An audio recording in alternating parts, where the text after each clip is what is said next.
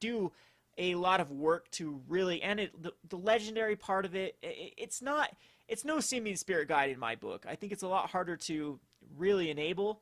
Of course, you do get the ability to tap every turn for a mana, but it's one of those cards that is an all-in strategy that could easily be punished. So I think that Mox Opal, though, will continue to increase in price. If you absolutely are planning on building Affinity or Pure Steel Paladin, you better pick up these cards as soon as possible, because most decks that run Mox Opal do require a playset. So that's the bad news with Mox Opal compared to the previous cards we've talked about, like Engineered Explosives and Crucibles, just being more of a sideboard strategy. All right, so on to number 5. This is really the first card that sees very, very little play in Modern. It is more of a casual card. Atraxa really spiked this back up in value, and this is the casual of all casual cards, but has seen it play before in the doubling all Planeswalkers type decks, because doubling Season can make a lot of Planeswalkers just go ultimate immediately when they come out, because if an effect would put one or more tokens under your control, or effects would place one or more counter on a permanent, it doubles it. So of course, with like the Kaladesh having a huge energy counter, even like clues from Shadow of Innistrad, this card just gets more and more juicy with each set spoiled. They've tried to dumb down doubling Season in different like Primal Vigor and what's the Parallel Lives type cards from the previous printings. I mean, sets that have printed after doubling Season. So they obviously don't want more of these out in supply.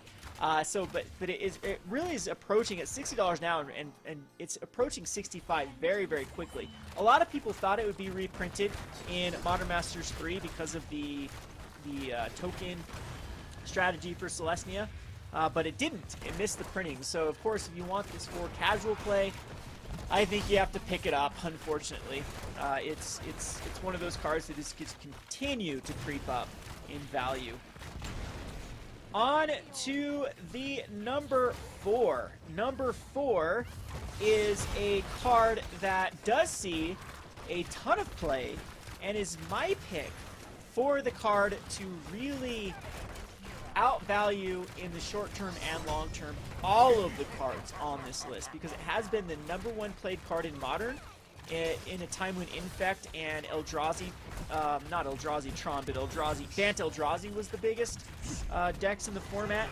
And then if you get into like Nightfall, and there's a ton of decks that just love, Abzan and Company, or even the Abzan Chord or Kiki Chord. And the card I'm talking about is Noble Hierarch. Noble Hierarch is $60. It's going to increase very, very quickly, because I think the crash was just that people thought when they saw Stoic Angel spoiled, they said, yeah, Noble Hierarch, duh. Okay, Bant wants mana. We need to put Noble Hierarch in this set. It did not get a reprinting in Modern Masters 2017. So I think it's going to recover its value. I mean, it started crashing, $65 started crashing, just in anticipation for a reprint in Modern Masters 2017. I think a lot of the 4-color commanders, of course, all of them, but except the one that doesn't have black in it, the one that doesn't have green in it or the one that has, actually that doesn't go in many of the commander decks, I thought, because of how the 3 colors, how many of them have that 3-color combination? Most of them, right? Anyway, so Noble Hierarch, I think, is just going to continue to go up. A lot of the decks that want Noble Hierarch really want it, so we're talking in the numbers of 3 to 4. There are a few, like Abzan, I've seen with like 2 in there, but for the most part, Sultai Control even wants it, which is crazy. I mean, they just care about the blue and the green. But yeah, Infect, if Infect ever does become the aggro strategy of choice, it did get hurt by the Gataxian Probe banning. A lot of people have gone over to Death Shadow just because Death Shadow is better late game than Infect is. But if we need to have a format that is really, really good at pushing out damage insanely fast, of course that is Infect. That is the go-to deck. It's never going to go anywhere. It's been a tier 2 or better strategy again since the inception of Modern. Bant Eldrazi still seems to be one of the most played decks, as well as Abzan midrange. So this card is not going anywhere. We've seen it in Zoo. We've seen it in Like I said, Nightfall. Yeah, Bant Spirits now looks to be like a Flavor of the Week type deck, and Noble Heart goes in all of those decks. And I think that just from the sheer amounts of decks that want this as a 4 of, it is going to pass up the next 3 on my list. So on to that number 3. Number 3 has started to get a lot of price increase because it is a great answer towards Death Shadow, and a good answer towards like other decks that have a lot of 1s and 2 drops, especially if you're not playing 1s and 2 drops yourself. You're going to want this in your sideboard because it's so easy to shut down so many different decks. And this is Chalice of the Void. The 2 decks that really like this are Eldrazi Tron and like the Scape Shift or Titan Shift type decks, because they need a way to slow down opposing decks. Like the fast, really their only holes are going to be against like Burn, for example, or Death Shadow. And if they can put the Chalice on 1, that shuts down like usually like half the cards in those particular aggressive decks. So we had a huge spike right after Kaladesh. It was a Kaladesh invention, but of course that just wasn't enough to really increase the supply and decrease the demand, and so it jumped from about $45 all the way up to $60 and has been approaching $65. And again, if these Titan Shift type decks or Eldrazi type decks do continue to see the popularity in Modern, the only bad part of this is we don't have what I call kind of the trickle effect, to where people getting into decks that are being reprinted. So looking at like Death Shadow, for example, or Jund, or all those type of decks that see huge Tarmogoyf reprints and Liliana reprints, so it's going to add a bunch of people into wanting to play those decks.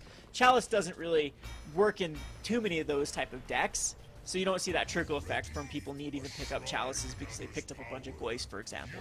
But a lot of if Modern as a whole starts gaining popularity just because of the reprints from Modern Masters 3, then Chalice will go up in value. I do expect, though, Noble Hierarch to start out-competing Chalice the Void just because of how versatile the card is. Now, Chalice does see a lot of legacy. When I say a lot, I mean a lot of legacy, especially in like the different sideboards, and just a lot of strategies want to shut down 1-drops or 0-drops. I think does Vintage even run this? Yes, it does. Ravager Shops does run the Vintage, or does run Chalice. So again, a lot of decks do like 4 of them, but it isn't uncommon to see 1 or 2 ofs in sideboards.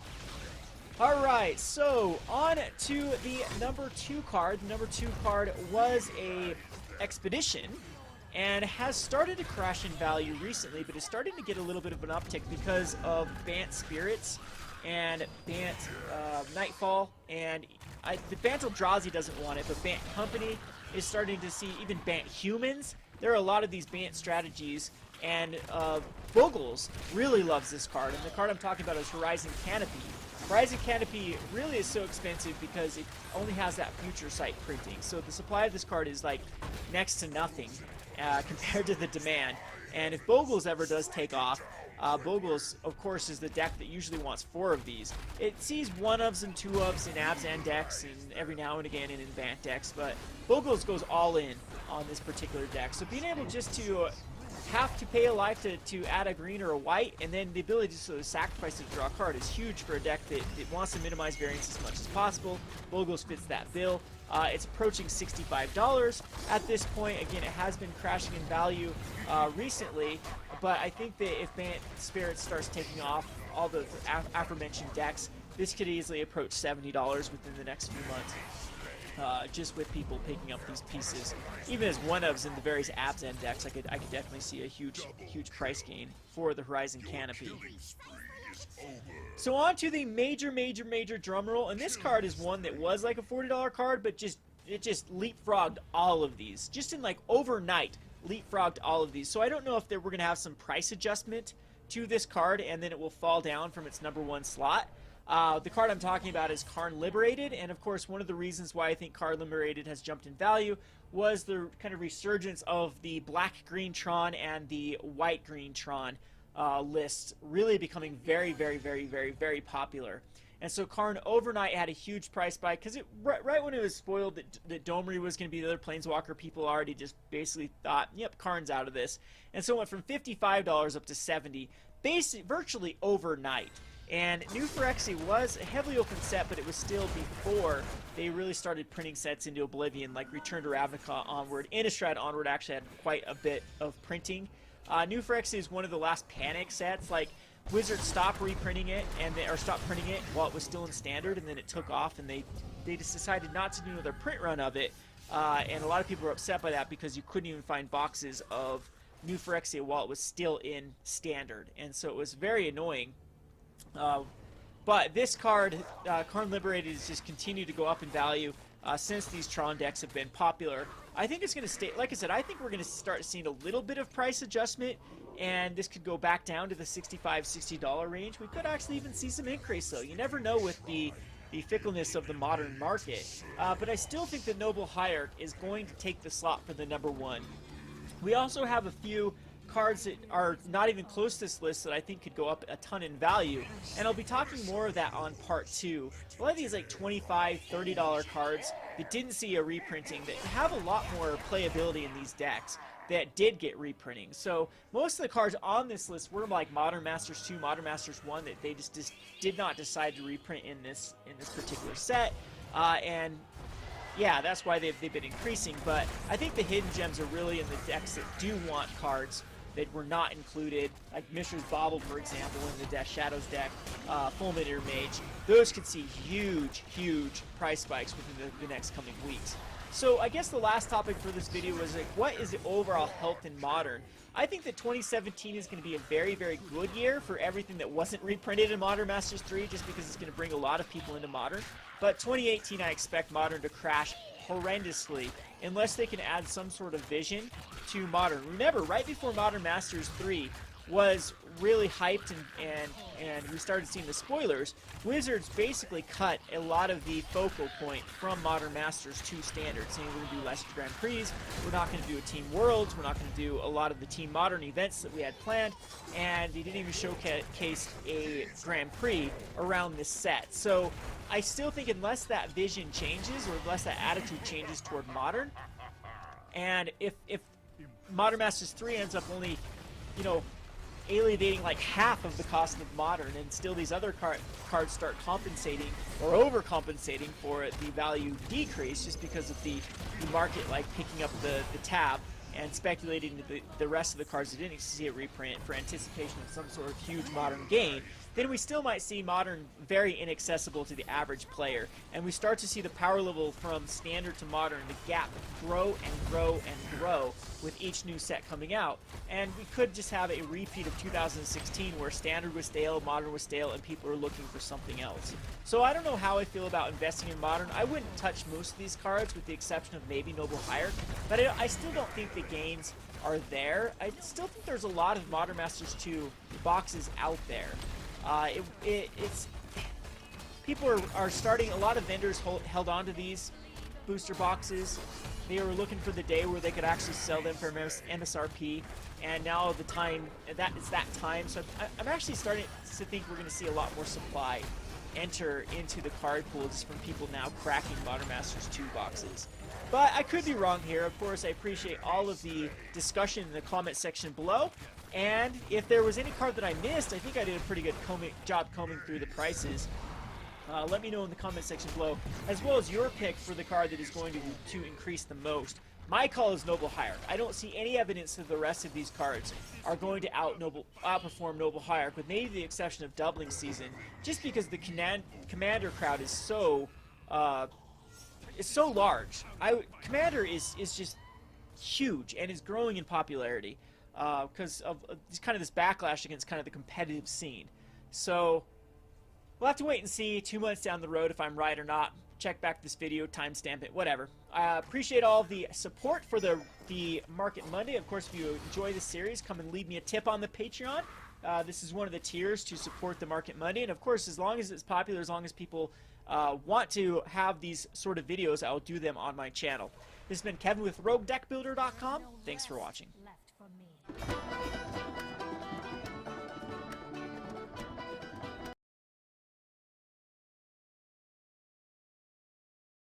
What if I told you there exists a version of Windows that you can't find anywhere on Microsoft's website? One that won't track your online activities. One that's optimized for speed and reliability, and that performs better than Windows 7 or Windows 10. Well, follow me down the rabbit hole, and I'll meet you on the other side.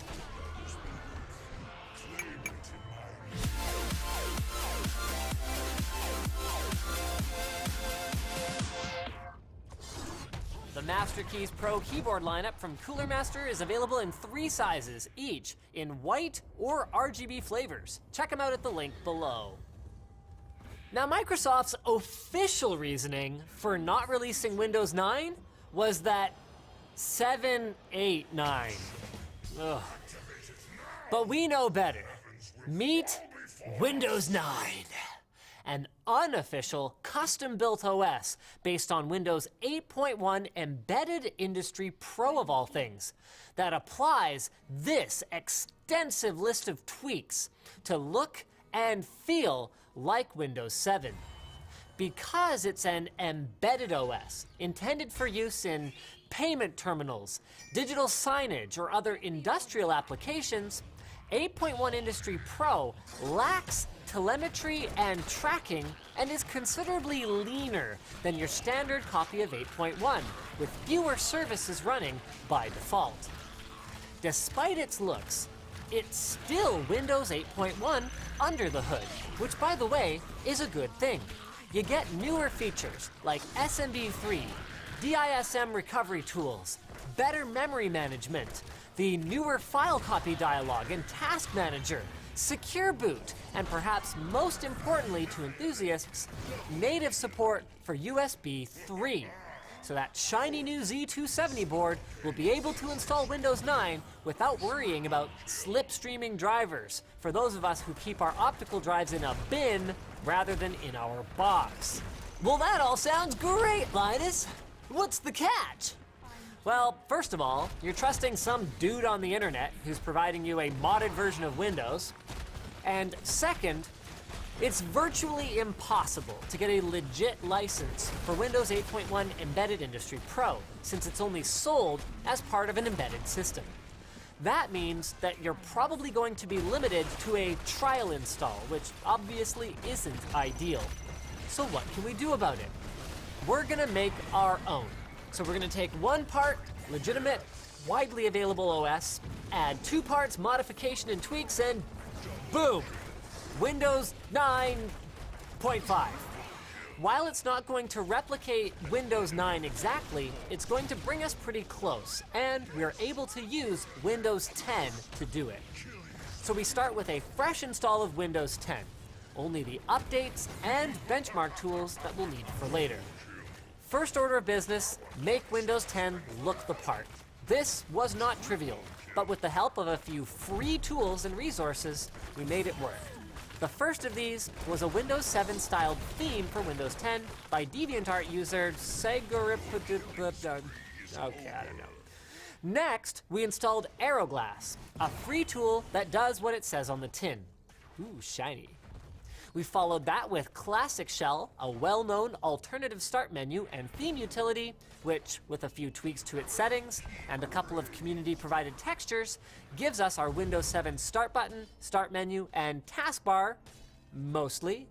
Then, we still needed 7+ taskbar tweaker to make our show desktop button look right, and then while we're at it, Old New Explorer does a great job of restoring the Windows 7 style Explorer look. Finally, UX Style Community Edition unlocks the theme we installed earlier to complete the look. All it took from there were a couple registry tweaks, et voila, Windows 7. Of course, Windows 9 is more than just a pretty face. It also disables Windows Phone Home functionality, some services, and some other miscellaneous nonsense. So we followed their lead and disabled the same items. Now, while we can't guarantee that our Windows 9.5 has all of the tweaks Windows 9 does, the key ones are all in there. You can find the full details of the registry and telemetry tweaks in the blog post on our forum linked below. So how do we know we've succeeded? Well, we used our RGB test bench and 3 separate Kingston KC400 1TB SSDs. Each one was secure erased, then loaded with Windows 7, Windows 9, and Windows 10, so we could perform the best possible apples-to-apples comparison. Then we ran our tests multiple times on each Windows and our own 9.5 mod. The results honestly weren't quite what we were expecting. In Rise of the Tomb Raider, we can see that compared to Windows 7, Windows 9 scored almost identically on average, while Windows 10 and 9.5 were basically identical too. Okay, moving on to Deus Ex Mankind Divided, we can see that Windows 9 actually flunked the test. Yeah, no matter what we did, Square Enix's DRM triggered every time on 9, but otherwise our results were basically the same. Cities Skylines showed off better CPU performance in 10 and 9.5 with a tangible boost of 5 to 6 frames per second, likely down to support for Intel's speed shift technology on our Kaby Lake platform, and then rounding out our gaming tests, Crysis 3 brings us back to basically a wash across the OSs tested today. This is starting to feel like a workshop video. Next, we tested system performance, starting with a networked file transfer over 10 gigabit LAN. This one was actually pretty surprising because Windows 7 held its own against our newer operating systems in spite of SMB 3.0, even when testing with groups of smaller and mixed-size files. PC Mark, however, tells a very different story. Windows 7 was blown away by all our other operating systems, with 9 sandwiched in the middle. Interestingly, that trend continued through our final Atto I/O benchmark, where Windows 7 was handily beaten by everything else. The Windows 10 edge over 9 wasn't something we'd expected to see going into these tests today, but there it is. So then, is it worth tracking down the Unicorn license for 8.1 embedded or navigating the labyrinthine depths of DeviantArt? The short answer by the numbers is no. Even Windows 9 didn't perform as well as we expected it to. The long answer, though, has a lot in common with our Does $1,000 Windows Perform Better? The video we did back in late January. The difference between editions of Windows just doesn't seem to matter much, even across generations. While there are some cases where drivers or support for hardware features like speed shift can make or break a certain workload, it really just boils down to user experience, privacy, features, and support. And that is where mods like Windows 9 or 9.5 shine. But what do you guys think? Did you expect the numbers we got? Are you gonna run Windows 9? Or go to the effort of making your own 9.5? Let us know in the comments down below. Crunchyroll was created by a bunch of anime fans who needed somewhere to go and get their anime fix. And then they were like, oh yeah, I guess other people probably want this too. So you can sign up. They offer the most current episodes of shows straight from Japan like Dragon Ball Super and Twin Star Exorcists, and all of the content on their site is professionally subtitled. Our link gives you a whole month of free anime, completely ad-free, and if you enjoy the many benefits of a premium membership, like 1080p streaming, new episodes of shows straight from Japan within an hour of their premiere, and being able to stream to any device like your phone, tablet, or game console, you can continue your premium membership for just $7 a month. So head over to crunchyroll.com/Linus and sign up today. Thanks for watching, guys. Dislike or like, make sure you